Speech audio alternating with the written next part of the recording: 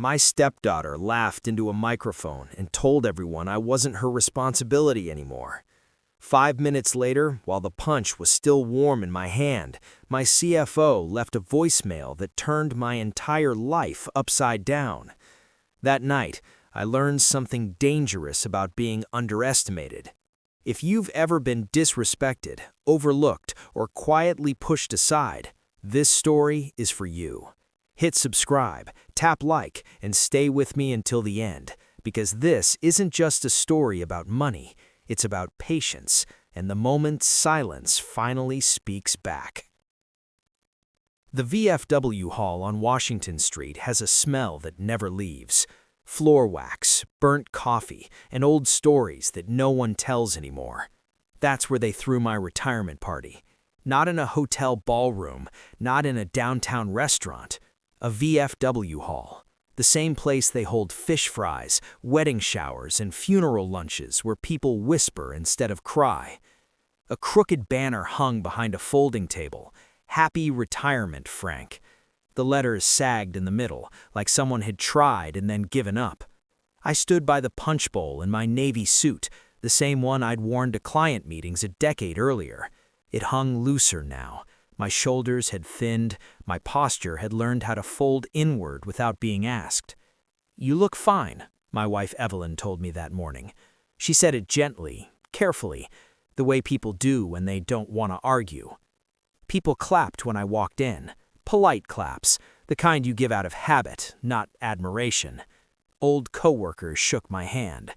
"You earned it, Frank. Enjoy the quiet. Time to finally relax." I nodded, smiled. I'd gotten very good at that over the years. Melissa arrived late. Of course she did. My stepdaughter always liked entrances. She swept in with her husband and kids like the room had been waiting for her approval. Smartwatch flashing, eyes scanning, judging, measuring. She hugged Evelyn quickly, didn't hug me at all. "Sorry, traffic," she said, already distracted. I told myself it didn't matter. I told myself I was used to this. When the speeches started, Evelyn nudged her forward. "Say something," she whispered. Melissa didn't hesitate. She tapped her plastic champagne cup with a fork and smiled like she was about to tell a joke everyone would love. "Well," she said, eyes flicking toward me, "Frank's finally done working." A few people chuckled. "I guess that's retirement, right? Just don't start thinking we're your retirement plan." The room went quiet. That heavy, awkward quiet where people don't know whether they're allowed to laugh. Melissa laughed for them. "Seriously," she added, shrugging, "when Social Security isn't enough, don't come knocking on my door." Heat crawled up my neck. My ears rang. She tilted her head, as if considering whether to soften it. She didn't. "You've always been Mom's responsibility." There it was. A couple of uncomfortable laughs. Someone cleared their throat. I looked at Evelyn. She smiled thinly and said, "Melissa worries too much." That was it. I stared into my cup. The punch tasted watered down and too sweet. I swallowed anyway. "To new chapters," she said, raising her glass. Applause followed. Weak, obligatory. I nodded. Inside, something folded in on itself. I slipped into the hallway, pretending I needed the restroom. The fluorescent lights hummed. A stack of paper towels leaned against the wall like they'd given up too. My phone buzzed. One missed call, one voicemail. Evan Brooks, CFO. Evan never called on Friday nights unless something was wrong. I pressed play. "Frank," he said, voice tight, rushed. "You need to call me back immediately. The deal closed this morning. $1.2 billion. I leaned against the wall. "Your founder shares are intact, all of them. We need to be careful about who knows and when, but Frank, this changes everything." The message ended. I stared at my reflection in the dull metal of the water fountain. 62 years old, gray at the temples. A man just told he was on his own, and suddenly worth more than anyone in that room could imagine. Laughter drifted in from the hall. Melissa's voice carried, bright, confident. I slipped the phone back into my pocket. For the first time in my life, being quiet felt like a choice, and I wasn't done choosing yet. They thought they'd dismissed me for good. What they didn't know was that silence was only the beginning. The thing about being quietly dismissed for years is that people assume it never hurt you. They mistake silence for indifference. They think if you don't protest, you don't feel. They're wrong. I learned early how to make myself small, not because I wanted to, but because it made life easier. Fewer arguments, fewer slammed doors, fewer nights sleeping on the couch with the television murmuring to no one. I met Evelyn when I was 43. She was newly divorced, working part-time at a dental office in Downers Grove, holding herself together for her 14-year-old daughter with equal parts fear and determination. Melissa didn't want a stepfather. She made that clear the first week. "Frank's fine," she told her friends. "He's just my mom's husband." I tried, anyway. I drove her to soccer practice when her dad forgot, sat in the back row at school plays so I wouldn't embarrass her, paid for braces, summer camps, insurance deductibles, the quiet expenses no one ever thanks you for. When she left for Illinois State, the bills came fast. One night, Evelyn sat at the kitchen table with a stack of envelopes and cried. "We're short," she said, "just this last semester." That night, I went into the garage and stared at my '67 Mustang. I'd bought it in my 20s, back when I thought weekends would always be mine. I rebuilt the carburetor myself. The paint was faded, the radio barely worked, but it still smelled like oil, leather, and freedom. 2 weeks later, I handed the keys to a man from Aurora and watched him drive away. Melissa didn't say thank you. She asked if the check would clear by Friday. That was when I learned something important. Love, to her, was transactional, and I was always on the wrong side of the ledger. Years passed. I worked, I fixed things around the house, I stayed quiet at the company while younger voices grew louder and bolder. I'd helped build the logistics software back in the 90s, late nights, green CRT monitors, routing models written while the world slept. But I never chased credit. I thought stability mattered more. By the time I retired, Melissa had a corner office and a vocabulary full of words like leverage and optimization. She still spoke to me like I was a liability. After the party, I lay awake listening to Evelyn breathe beside me. I thought about Evan's voicemail, about the numbers, about the clause in my shareholder agreement I'd never exercised because it felt selfish. I wondered if I'd mistaken self-restraint for virtue. The next morning, I drove to a law office in Oakbrook, Keller and Associates. Diane Keller flipped through my paperwork without wasting time. "You've been quiet for a long time, Frank," she said. "Quiet isn't the same thing as powerless."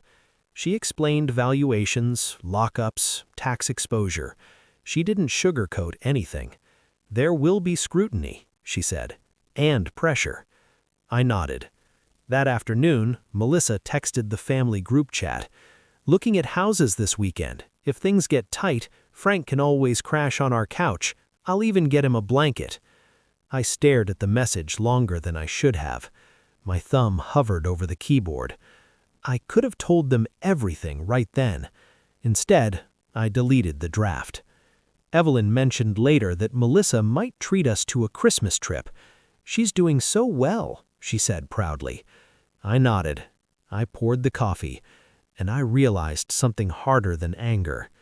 If I spoke now, they'd only hear the money. If I waited, they'd hear the truth. Evan called again 2 days later. "That $1.2 billion, that's valuation, not cash, not yet," he said carefully. "I know."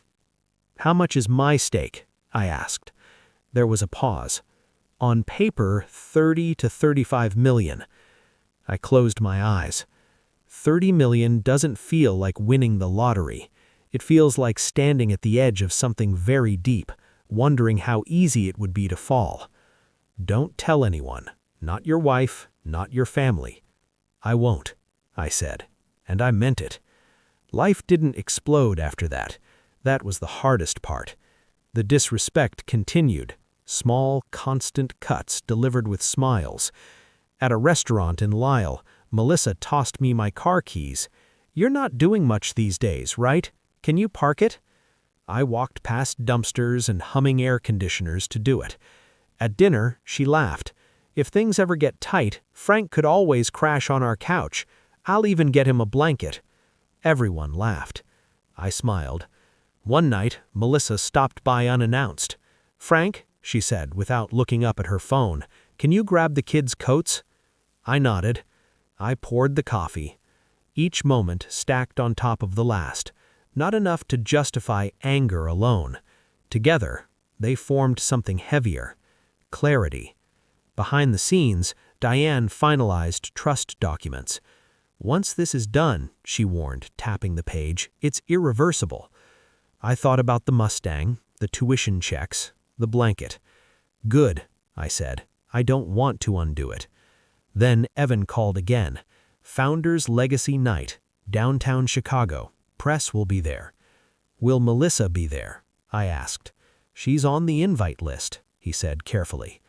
I thanked him. That night, Evelyn asked, "You okay? You've been quiet."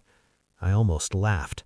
"I'm fine," I said, because silence, I was learning, isn't surrender. Sometimes it's a countdown. Melissa thought the story was finished. She didn't know the stage was already set. The hardest part wasn't staying silent. It was acting normal while everything inside me was shifting. Every morning I woke up in the same bed, same cracked ceiling, same kitchen table where tuition bills once piled up. But I wasn't the same man sitting there anymore. Evan sent spreadsheets, timelines, tax exposure, compliance notes. Diane followed up with documents marked confidential and irrevocable. Every page felt heavier than the last, not because of the money, but because of what it represented. Choice. For most of my life, I'd reacted. Now, I was deciding. Diane leaned back in her chair one afternoon and studied me over her glasses. "You're not angry," she said. "You're precise." I nodded. Anger burns hot and fast. Precision lasts. Melissa invited us to dinner the following Friday. "Big news," she said. "Bring wine." I already knew what it would be. Another promotion, another reminder that she was moving up while I stayed still. I brought a mid-range red and a practiced smile. She talked about her firm, about her future. At one point, she laughed and said, "Don't worry, Frank. Mom's taken care of. I've got this." I nodded. I poured the coffee, and for the first time in my life, I wasn't invisible. I was just early. The paperwork moved quietly. A revocable living trust, an irrevocable education trust, and finally, the foundation. "This one," Diane said, tapping the page, "says everything you never did." I didn't hesitate. Evan called near the end of the month. "Your name will be on the program," he said. Bold, centered. I felt something tighten in my chest. At home, Evelyn moved around the kitchen louder than necessary. "You've been distant," she said. I met her eyes. "I've been listening," I replied. The night before the gala, I stood in the bathroom mirror adjusting my tie. Same navy suit, still loose at the shoulders, but I stood straighter. I wasn't going to confront anyone. I wasn't going to explain. Revenge, I'd learned, isn't loud. It's deliberate. Melissa thought she'd already won. Tomorrow night, she'd learn what patience sounds like when it finally speaks. The ballroom at the Palmer House Hilton smelled like polished wood, expensive perfume, and money that had already changed hands. Crystal glasses caught the light. Linen tablecloths lay smooth and untouched. People moved through the room like they belonged there, confident, practiced, loud. I'd been in rooms like this before, sales dinners, investor luncheons, but never like this, never with my name printed in bold on the program. Founders Legacy Night, 1993 to 2025. Evan found me near the bar and straightened my lapel. "You ready?" he asked quietly. I looked across the room, and then I saw her. Melissa stood near the center, champagne in hand, laughing too loudly at something a vice president said. Comfortable, certain, like the room had been built for her. She noticed me. Just for a moment, her smile faltered. Then it returned, the same polite, dismissive smile she'd worn at my retirement party. I nodded. She turned away. When my name was announced, the room quieted. Applause followed, not thunderous, but respectful, enough to carry me to the stage. I stood behind the podium. The microphone hummed. I said nothing. I let the silence stretch, long enough to make people shift in their seats. "Most of you," I began, voice steady, "know me as Evelyn's husband," a ripple of soft laughter. "Some of you know me as Melissa's stepfather." That earned glances. I didn't look at her. "Very few of you," I continued, "know that 32 years ago, I wrote the first routing model this company was built on, in my basement, on a green CRT monitor that took 5 minutes to warm up." A murmur moved through the room. "Back then," I said, "GPS was a rumor. Efficiency meant coffee at 2 in the morning and hoping the code compiled before sunrise." I paused. "I stepped back years ago, not because I had nothing left to give, but because I thought stability mattered more than credit." I unfolded a single sheet of paper. "Today, I'm announcing the Calder Family Foundation, funded by my original founder shares I never sold, never diluted." The room went still. "This foundation will provide college scholarships to the children of truck drivers, warehouse workers, and shift employees." I finally looked up. Melissa's face had gone pale. Her fingers clenched the stem of her glass so tightly her knuckles turned white. "I know what it's like to be told you're on your own." Silence. Then applause. Slow at first, then rising, filling the room. I stepped away from the podium. As I passed Melissa's table, she stood abruptly, chair scraping loud against the floor, and walked out. No one followed her. The next morning, I woke up without that familiar weight in my chest. Evan texted, "Press response positive. Foundation paperwork is live." At breakfast, Evelyn folded her arms. "Is there something you want to tell me?" I met her eyes. "I wanted to," I said. "You laughed when your daughter told me I was on my own." That stopped her. We talked, not shouting, not crying, just truth. A week later, Melissa texted, "I didn't know. You embarrassed me." I read it twice. Then I put the phone down. I didn't owe her anything anymore. Life got quieter after that. Better. I split my time between Naperville and a small place near the water in Door County. I walked, I read, I fixed things with my hands again. About a year later, a handwritten envelope arrived. "Grandpa Frank, thank you for my college fund. Mom says it was a mistake. I'm glad it wasn't." I held that note for a long time. Melissa never apologized. Some people can't admit they were wrong without losing the version of themselves they built their lives around. But I didn't need her apology. I just needed to stop shrinking. The quietest person in the room isn't always the weakest. Sometimes he's just waiting for the right moment to speak.